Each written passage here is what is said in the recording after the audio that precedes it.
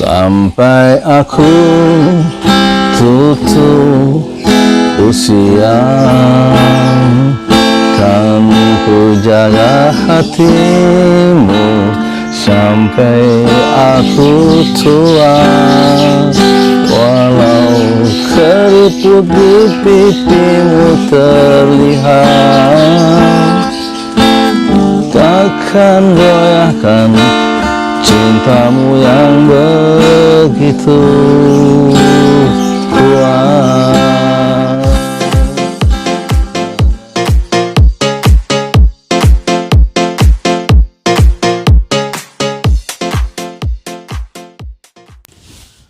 Assalamualaikum warahmatullahi wabarakatuh. Saya Yudi Pramuko, tukang donat dari Parung, YouTuber tertua di semesta. Saya mau menulis surat terbuka ya kepada Pak Amin Rais yang saya cintai. Pak Amin Rais, kenalkan dulu, saya Yudi Pramuko, Pak, tukang donat. Pekerjaan saya jualan donat. Tapi dulu saya pernah wawancara dengan Pak Amin. Dulu sekitar tahun 91 apa 92 gitu di Dewan Dakwah, Pak. Sambil berdiri itu. Tapi Pak Amin melayani saya wawancara singkat. Waktu saya tanya ke beberapa orang itu, ada apa Pak Amin? Katanya mau ketemu Pak Nasir. Itu dulu, Pak. Dan tentu Pak Amin nggak kenal saya, dan saya juga bukan ini, Pak, bukan seperti dugaan orang. Saya bukan saudaranya Tukul Arwana, bukan saudaranya Roma Hurmuzi yang ketua P3, dan saya juga bukan saudaranya Bondan Winarno. Jadi saya ingin ngadu, Pak, bukan ngadu ya, apa, saya sudah melihat, Pak, video Bapak kemarin, Pak Amin Rais, itu tentang politik belah bambu ya. Indonesia ternyata diperlakukan dengan cara seperti politik belah bambu. Separuh anak bangsa diangkat, kata Pak Amin, separuh diinjak. Jadi itu satu strategi yang bisa menghancurkan keseluruhan bangsa itu, Pak. Dan yang penting sekarang saya sebagai orang kecil, Pak Amin, ini gimana, katanya sebentar lagi resesi katanya. Resesi itu saya apa sih maksudnya resesi itu? Saya nyari, kalau nggak salah resesi itu apa, pertumbuhan ekonomi yang merosot gitu, Pak, sampai di bawah minus dan selama 2 kuartal berturut-turut ya. Dampaknya kalau resesi itu katanya, dan kita sudah kuartal kemarin katanya BPS itu yang saya cari, Pak, di mana itu, di online itu sudah minus 0,5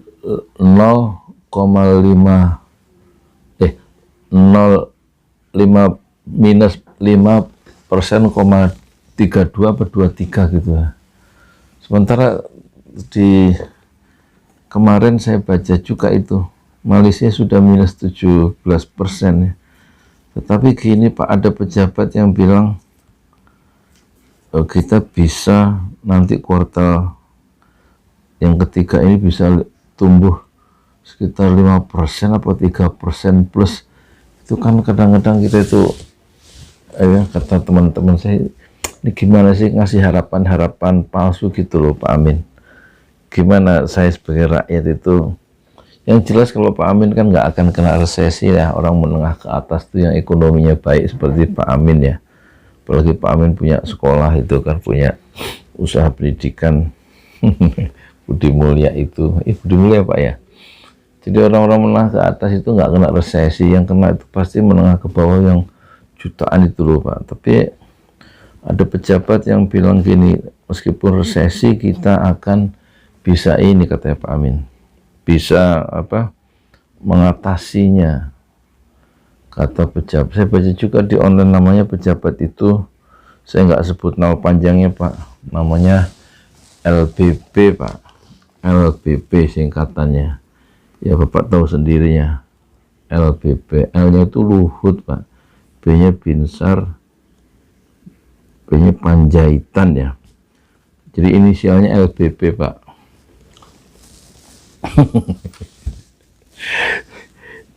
Jadi dia bilang ke presidennya, cadangan uang itu cukup aman lah karena nggak jadi naik haji. Ya naik haji itu berapa sih? Paling 250.000 orang kan. Terus ada yang nggak umroh, yang umroh juga nggak jadi. Jadi masyarakat tuh punya uang cash gitu, kira-kira gitulah yang saya tangkap ya. Loh, yang umroh tuh paling berapa? 1 bulan 40.000 orang paling yang berangkat itu menurut data. Tapi yang jutaan itu kan kehilangan pekerjaan Pak. Di kampung sini tuh pada di rumah, pedagang-pedagang harian itu, tukang somai yang biasanya sampai sore itu 800.000 setoran omsetnya, karena dia setorannya dia biasanya dapat seperempat, berarti dapat 175.000 kira-kira dia kalau seperempat itu yang dia bawa pulang. Kalau biasanya omsetnya 800, sekarang omsetnya saya tanya itu, saya ngobrol tinggal 200 Pak, itu aja susah.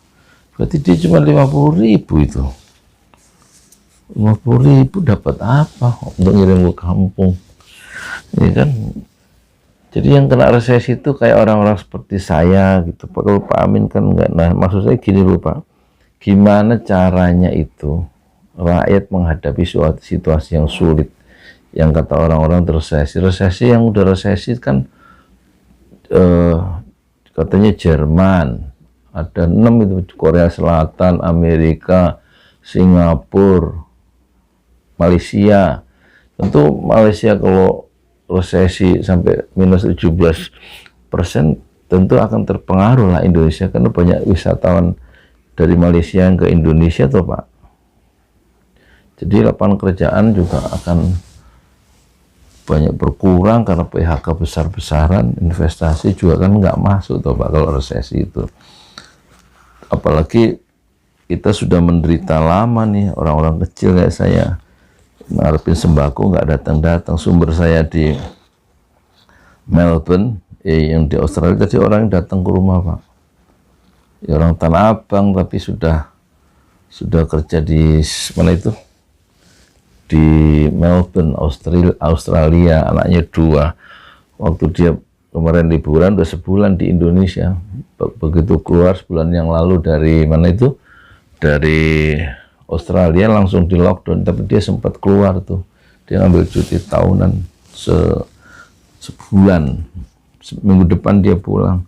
Tadi hari Sabtu ini dia datang tadi jam 2, ngobrol sampai jam 5 kayaknya Pak.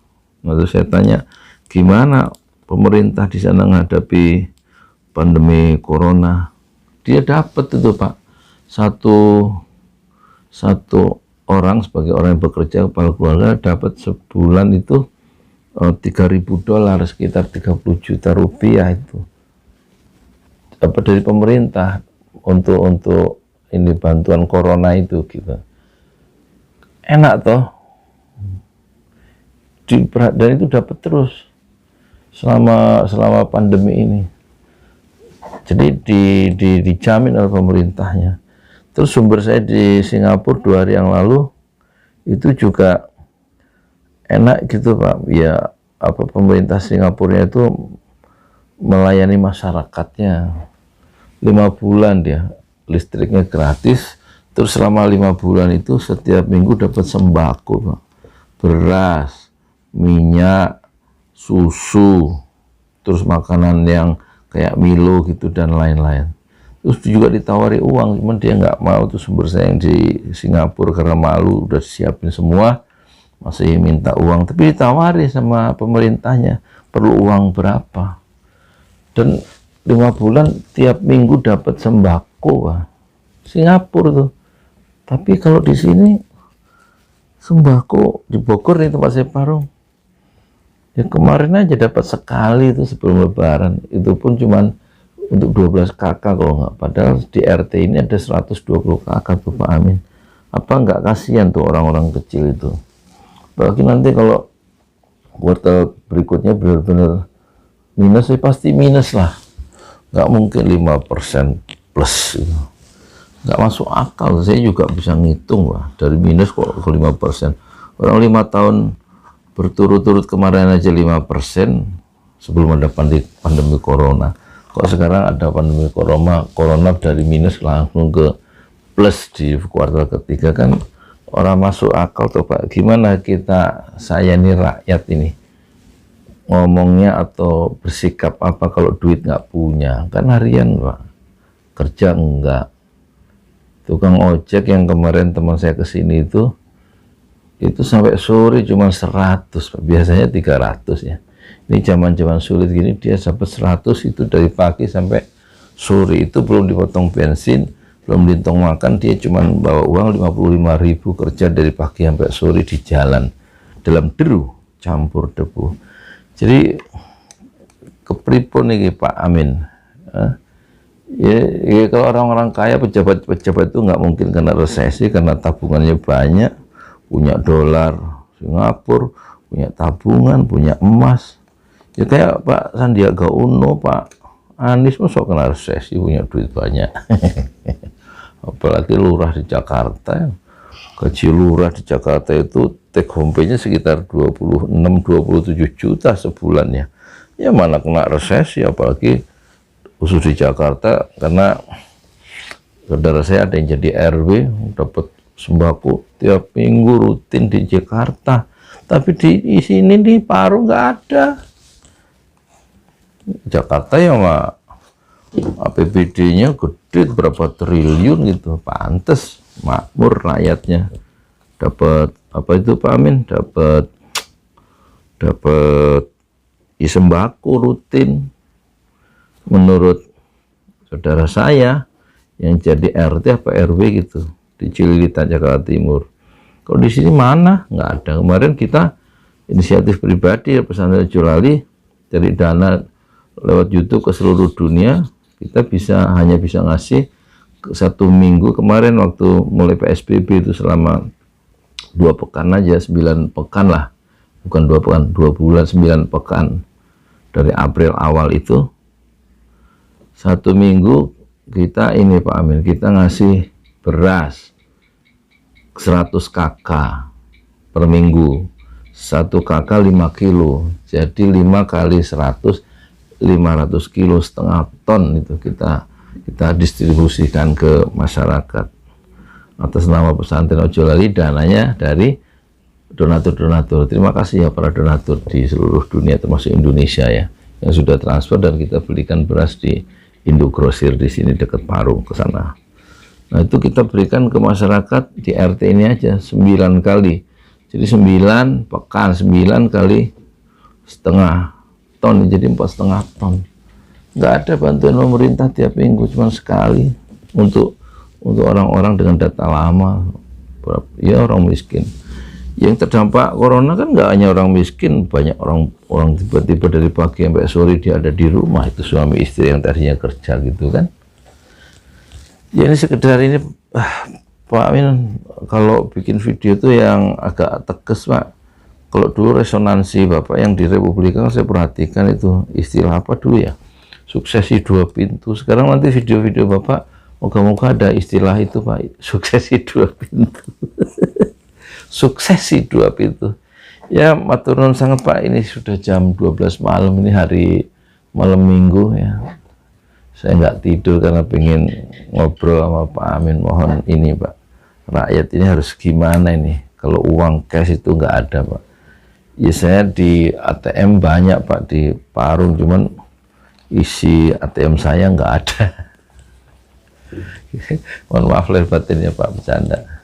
Gimana Pak, mohon mungkin moga-moga nggak ada kerusuhan sosial Pak. Katanya sih ahli ada yang ya bisa kerusuhan sosial seperti 98, tapi lebih dahsyat karena sekarang banyak orang lapar katanya begitu. Saya nggak tahu, moga-moga sih enggak lah, tapi gimana, perut harus diisi, duit nggak ada. Assalamualaikum warahmatullahi wabarakatuh. Saya Yudi Pramuko, tukang donat dari Parung. Itu tertua di semesta fasbir sabran jamila, sabarlah dengan kesabaran yang indah. Assalamualaikum warahmatullahi wabarakatuh.